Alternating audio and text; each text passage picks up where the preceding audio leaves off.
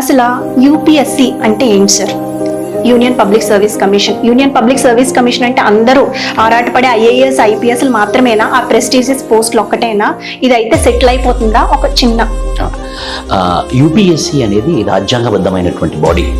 ఈ బాడీ ఏంటంటే బ్రిటిష్ వాళ్ళు స్థాపించినటువంటి బాడీ అనమాట. అప్పుడు దాని పేరు ఫెడరల్ పబ్లిక్ సర్వీస్ కమిషన్ అని, సెంట్రల్ పబ్లిక్ సర్వీస్ కమిషన్ అని. మన స్వతంత్రం వచ్చిన తర్వాత దాన్ని యూనియన్ పబ్లిక్ సర్వీస్ కమిషన్ అని పిలుస్తున్నాం మనం. ఈ బాడీ ఏం చేస్తుందంటే హయ్యెస్ట్ లెవెల్ ఆఫ్ బ్యూరోక్రసీ, అంటే ఎవరైతే highest level of decision making, highest level of government ఎంప్లాయ్మెంట్లో ఉంటారో వాళ్ళని రిక్రూట్ చేసేటటువంటి ఒక ఏజెన్సీ, రిక్రూటింగ్ ఏజెన్సీ అంటారు అనమాట.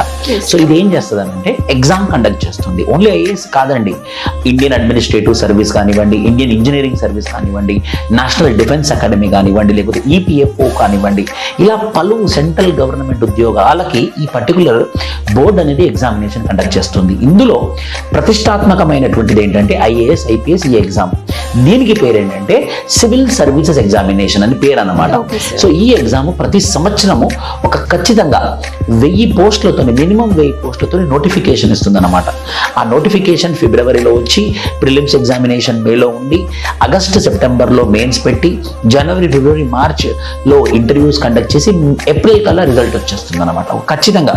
అదే స్టేట్ పబ్లిక్ సర్వీస్ కమిషన్ లాగా నోటిఫికేషన్స్ కోసం వెయిట్ చేయకుండా ఉండకుండా ఒక పర్ఫెక్ట్ ప్రణాళిక, ఒక పర్ఫెక్ట్ క్యాలెండర్ ఉండేటటువంటి పద్ధతి మాత్రమే యూపీఎస్సీకి ఉంటుంది. కాబట్టి యూపీఎస్సీ ఎగ్జామ్ అనేది అంత పాపులర్.